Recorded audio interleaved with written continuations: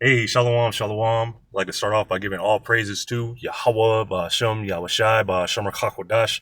Double honors to the apostles and elders of Great Millstone, and peace and blessings to the 144,000 and the rest of the elect. This is the brother Yachanan from the GMS Houston camp, and this is just a quick lesson going into a just a couple of things. Like this is touching on the Army cutting costs, cutting training programs, you know, the financial system, not even really the financial system, but the things leading up to this place being destroyed and what's taking place. World War III, the armies being gathered together in the Valley of Yehoshaphat, and their ultimate destruction at the hands of Yahushua when he returns. So just jumping right into it, I'm going to play this quick video first. It's just 30 seconds around there and go into a little headline. So this is 4 days ago, but The U.S. Army slashing training exercises due to a budget crunch. ABC News reporting an internal memo says the Army is facing a $4 billion shortfall due to rising costs of the actions in Iran, National Guard missions in Washington, D.C., and the high price of fuel for Army aviation training. ABC says the cuts range from elite schools to unit-level training and have triggered a wave of abrupt cancellation. so hey, I'll play it one more time. The U.S. Army slashing training exercises due to a budget crunch. ABC News reporting an internal memo says the Army is facing a $4 billion shortfall due to rising costs of the actions in Iran, National Guard missions in Washington, D.C., and the high price of fuel for Army aviation training. ABC says the cuts range from elite schools to unit-level training and have triggered a wave of abrupt cancellation. So they're canceling. They're getting rid of a lot of stuff. Let me see what this. I'm curious what this meant. Unit level.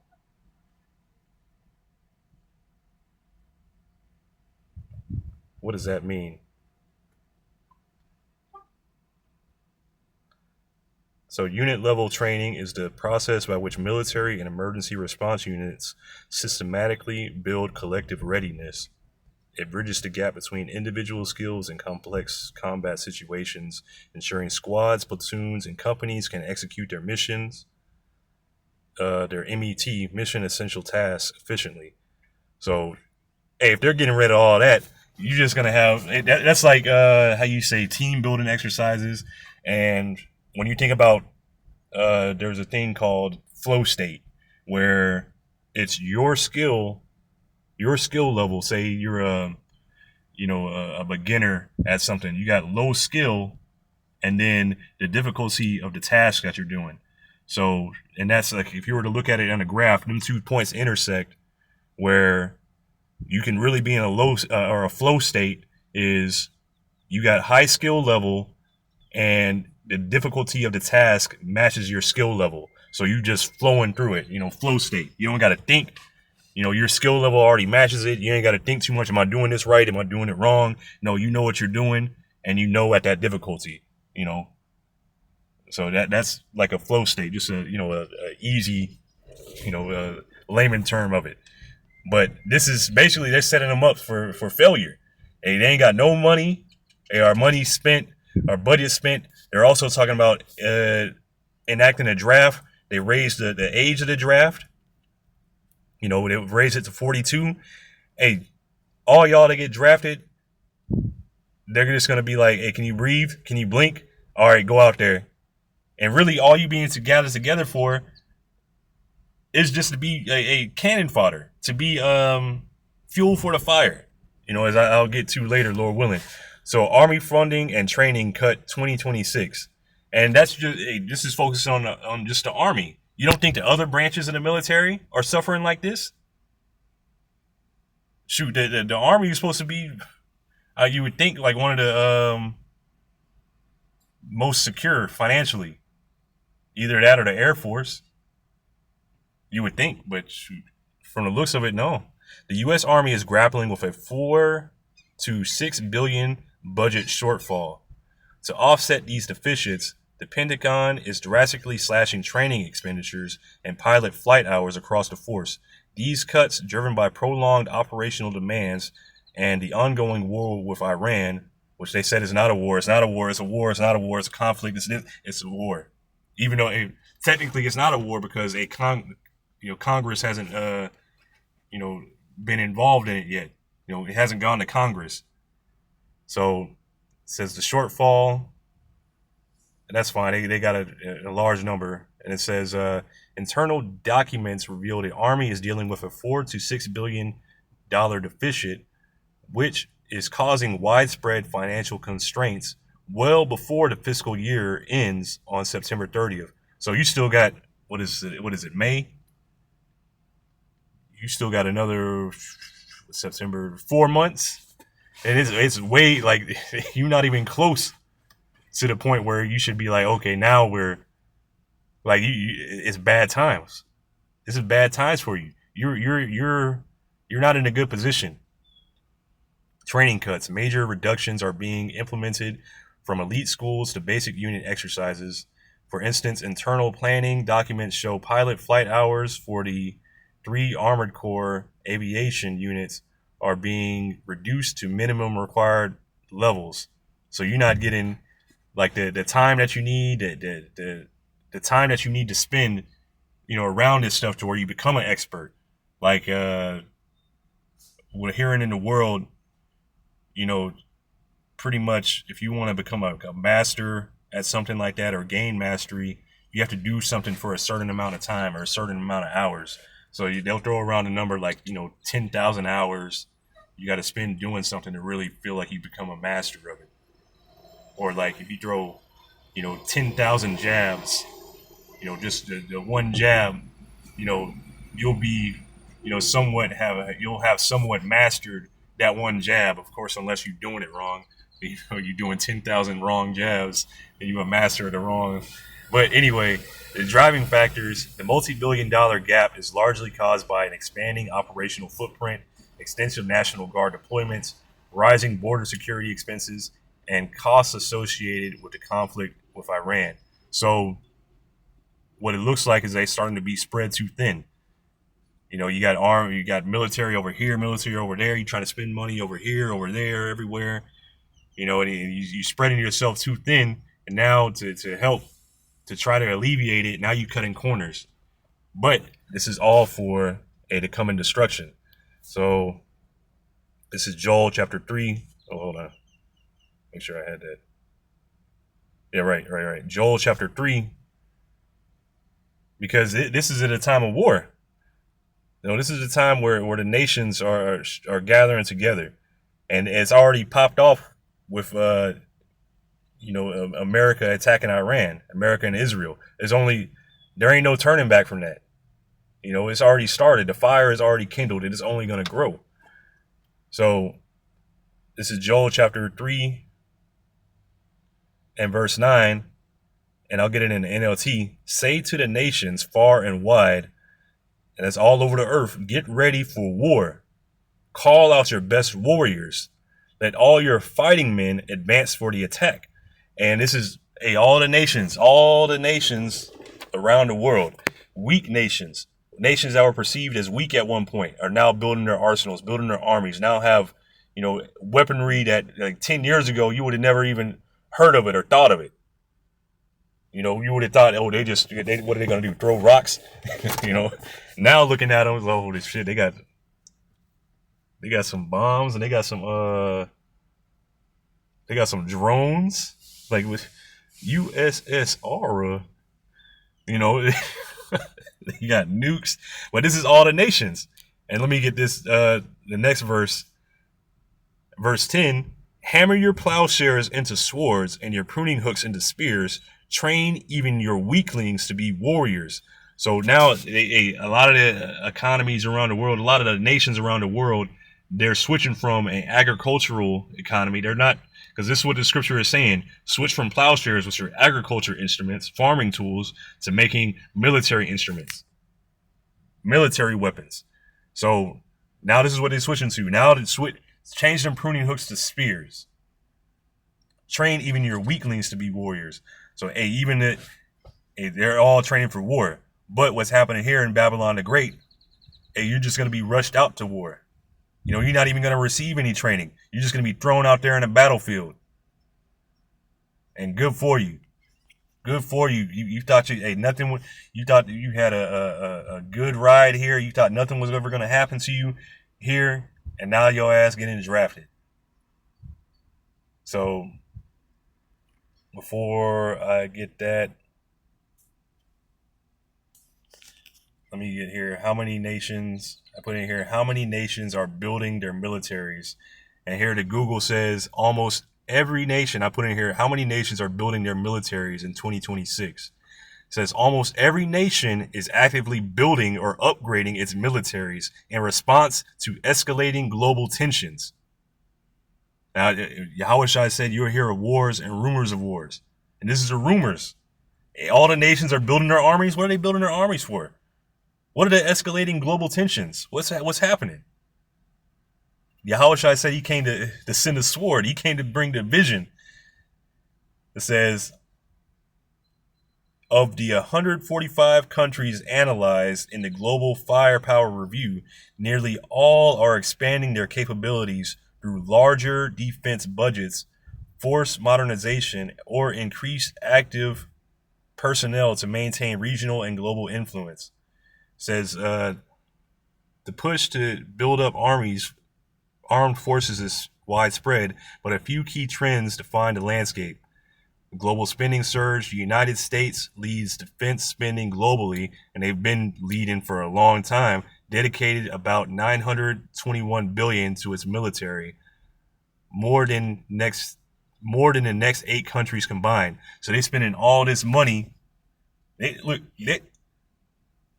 God, no, that's fucking crazy. So the army is worried about 4 to 6 billion, and here it is. The entire military budget is almost $1 trillion. So I don't know, man. Them numbers, hey, it ain't for me to get all into all that. But whatever lie they telling you, and basically all it's saying is we're not gonna train you. We're just shipping you out there to die. You're just going out there to die. We're not even gonna waste the money training you. God damn. The bigger shift, according to the International Institute for Strategic Studies, the most dramatic expansion is occurring in Europe. Countries there are no longer just maintaining existing military capacity, but are significantly building it up.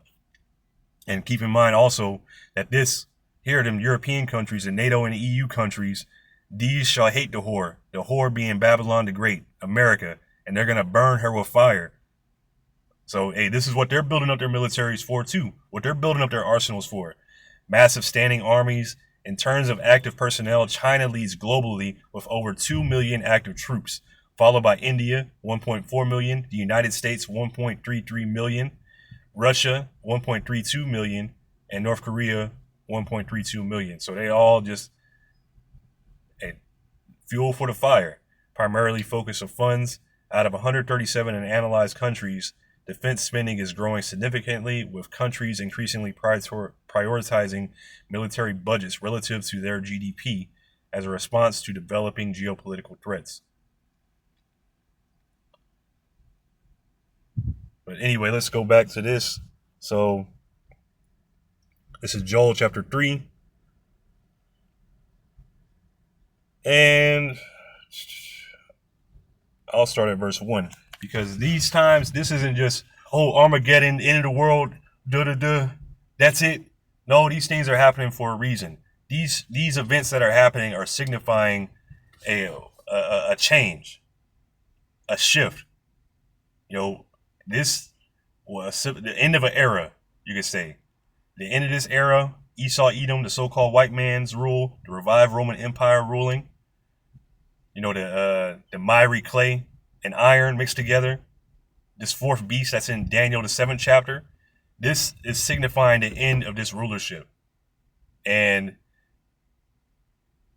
introducing Yahushua and the kingdom of Israel that will be here on the earth. So this is Joel chapter 3. and verse 1, and I'll get this also in NLT. And if you read from chapter 2, Joel chapter 2, it tells you about the thermonuclear bombs, the thermonuclear destruction that's coming, how it's going to look like, how they coming, how the missiles are flying, how it's described as, how the land is described as the Garden of Eden before the fire passes over them, and then afterward, what's described as a wasteland. You could also read more about that in Isaiah the 34th chapter. But it says in those days, or in the NLT, Joel 3:1 in the NLT, it says, at the time of those events, when this destruction is going to take place, when these nations are building their armies, at the time of those events, says the Lord, Yahweh Ba'ashem Yahushai, when I restore the prosperity of Judah and Jerusalem. So you might be thinking, if this is the end times, but the Hatters, they're already over there and they're already prospering. Good, because it ain't talking about them. It's talking about the actual poor. If they've already been restored and they're fulfilling prophecy, why would they need to be restored again? This is for the actual poor, you Negroes, Latinos, Native Americans, you Israelites that are scattered to all the different nations, at the bottom of different nations. Treated like dirt amongst these nations. At the time of those events, saith Yahweh Ba'ashem Yahushai, when I restore the prosperity of Judah and Jerusalem. So we're going to be restored. We're going to be put in our rightful place. And then we're going to be blessed beyond that.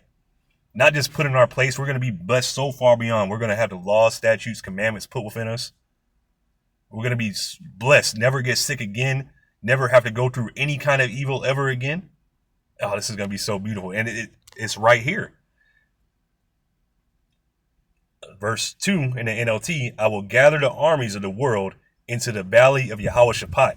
So this is why you see in the nations building their armies together, building their militaries, building their arsenals. Why you see America cutting all kinds of budget spending. Because this devil has a very short time. The devil has a short time. He's getting ready to come down on us with great wrath. And in that time, and guess what? He's going to be doing the draft. You're not going to be getting trained. You're just going to be thrown out there. I will gather the armies of the world into the valley of Yehoshaphat, which is in Iran, modern day Iran, Persia. There will I judge them for harming my people, my special possession, for scattering my people among the nations, and for dividing my land. So what you think?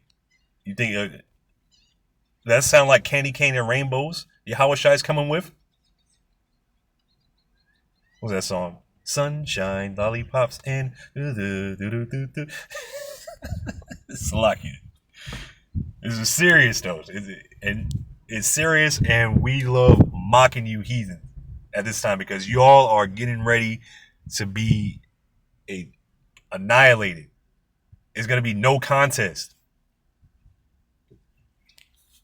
So I will gather the armies of the world into the valley of Yehoshaphat. There will I judge them. And it says in the NIV, I will put them on trial. No, the trial is going on right now. We're letting you know all your crimes, everything that's going on, presenting the evidence,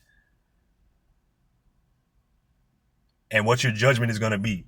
Here is where you're going to get judged, where the actual the judgment is going to be carried out. You're going to get destroyed for everything that you've done to the Israelites. Everything. So if you get drafted, if you happen to be in any of them armies that are gonna meet up here, it's through for you. So I have here 2nd Ezra chapter 15 in the GNT, and I believe I also read in this the other day, which is pretty much continuing on. So where is it?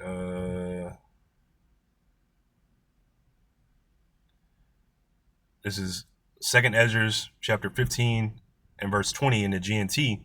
It says, the Most High says, I am calling together all the kings of the earth to come from the north, south, east, and west to turn back and restore what they have taken. And this is the same thing that it's saying in Joel. I will pay them back with the same harsh treatment they have always given to my chosen people. Yahweh Ba'Shem Yahushai says. So Yahweh Ba'Shem, he says, I will pay you back. I will pay them back. Does it sound like the judgment? You're going to get paid back with the same harsh treatment. So it says, he who leadeth into captivity shall go into captivity. He who killeth with the sword shall be killed with the sword. You getting paid back. And this is from our big brother Yahushua. He's going to be the one to meet y'all.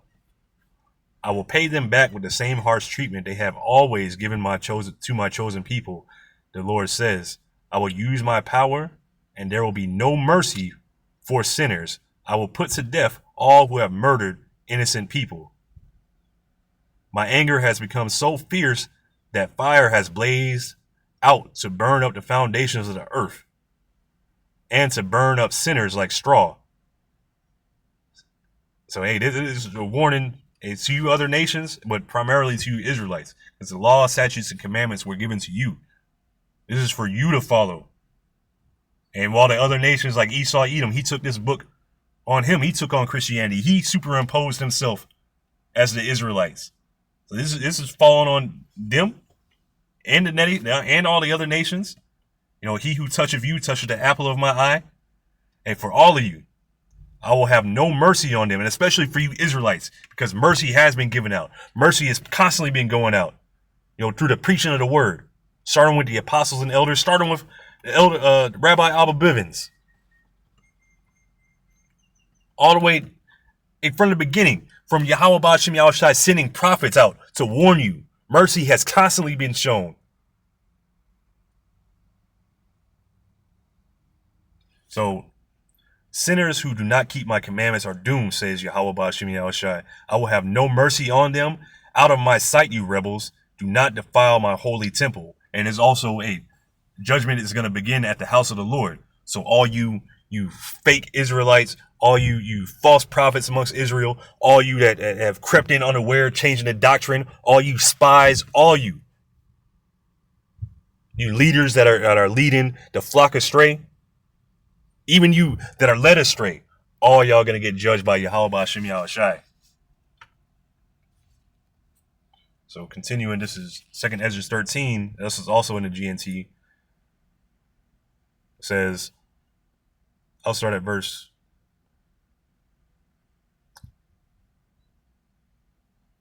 3. As I watched, the wind brought with it out of the sea what looked like a man, and he was flying on the clouds. Revelation 1 and verse 7. Speaking of Yahushai, when he turned his face, everything he looked at began to tremble.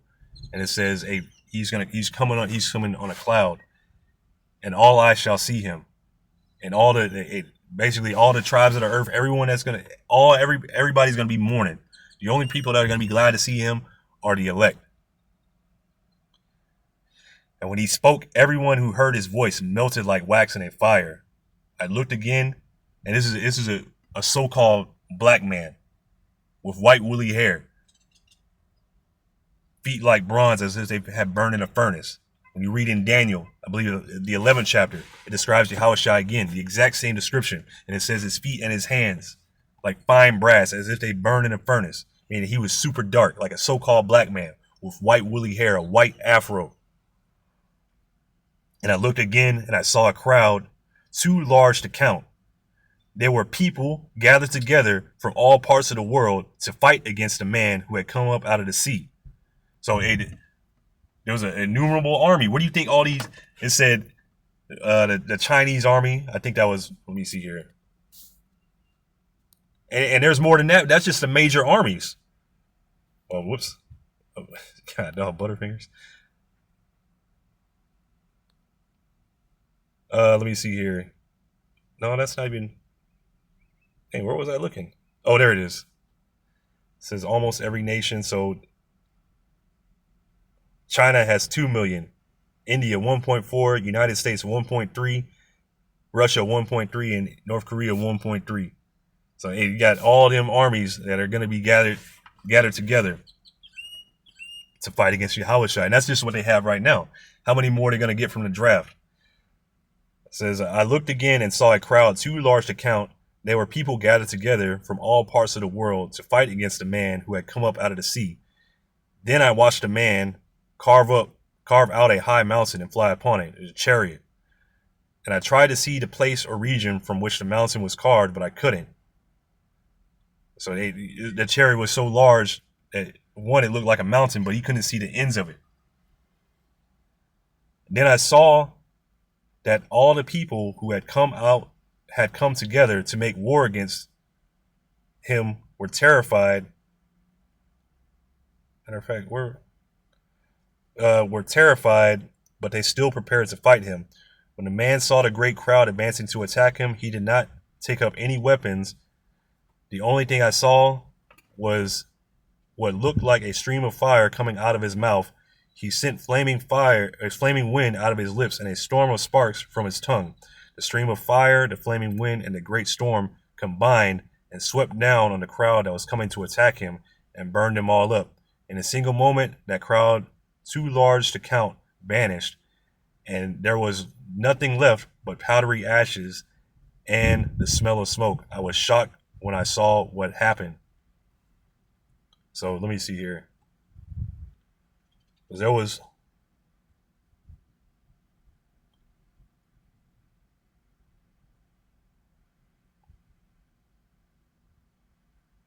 let me see here. I don't remember if it's in this version.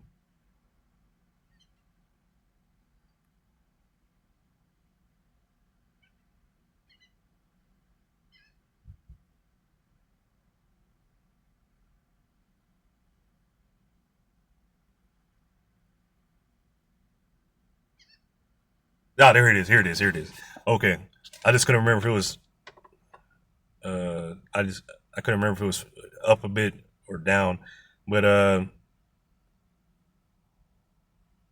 me see here. In verse 30, it says, at that time, everyone will be close to panic. It's getting closer and closer now. You know, now the gas prices are up, but it's going to be worse. This is a time like never before. This is going to be absolute terrible times, meaning people are going to be in concentration camps. People are going to be, scattered. The city's going to be abandoned. It's going to be bad. At that time, everyone will be close to panic. They will begin to make war against one another, city against city, region against region, nation against nation, and kingdom against kingdom. So all out war, all out division, no unity. When that happens, the signs I told you about earlier will take place, and then I will reveal my son, whom you saw as a man coming out of the sea. When they hear his voice, all the nations will leave their own territory, forget their wars with one another, and come together in one great crowd, too large to count, as you saw in your dream. The nations will unite with a single purpose of making war on my son. So this is what they're going to come together to do. They're going to be at war with each other, a world war. All the nations are at war with each other. But when Yahushua returns, they're going to stop what they're doing, stop their fighting against each other, and try to attack Yahushua. And we already read what's going to happen. They're going to fail miserably. This is them. Where is it? And for time's sake, I had a little bit more, but, I believe the point has been made. This is Isaiah chapter 9 and verse 5. For every battle of the warrior is with confused noise and garments rolled in blood, meaning the ancient battles. You had armies that would face each other. You would fight sword to sword, hand to hand, sword to shield, spear. However, arrows, all that. But now warfare has changed, really. Warfare has changed. Now there's what you call asymmetric warfare, guerrilla warfare. Wars fought with drones and robot dogs and fought with satellites and stuff like that. And then some close quarter combat eventually. But for the most part, war is no longer fought how it was in the ancient world. It says, but this shall be with burning and fuel of fire. So, and this here coming thermonuclear destruction, one to Babylon the Great. And I think I really meant the next verse.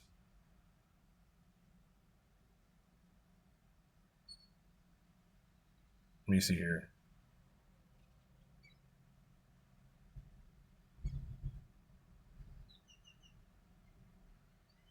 But anyway, hey, fuel of fire. But the people are going to be the fuel for the fire.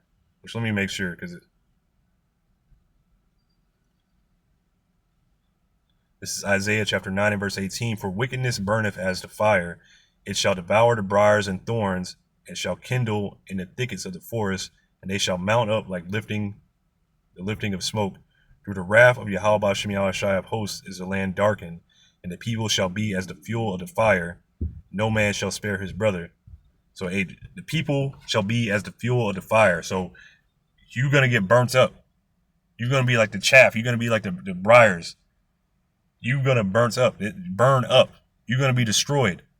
Like it says in 2 Ezra 13. All them people were just fuel for the fire. Nothing left but the smoke and the smell of it. Dust, ashes, and smoke. So, hey, if you're wondering why the train is getting cut, what do you need training for if you're just going to be ashes anyway? So, hey, shalom.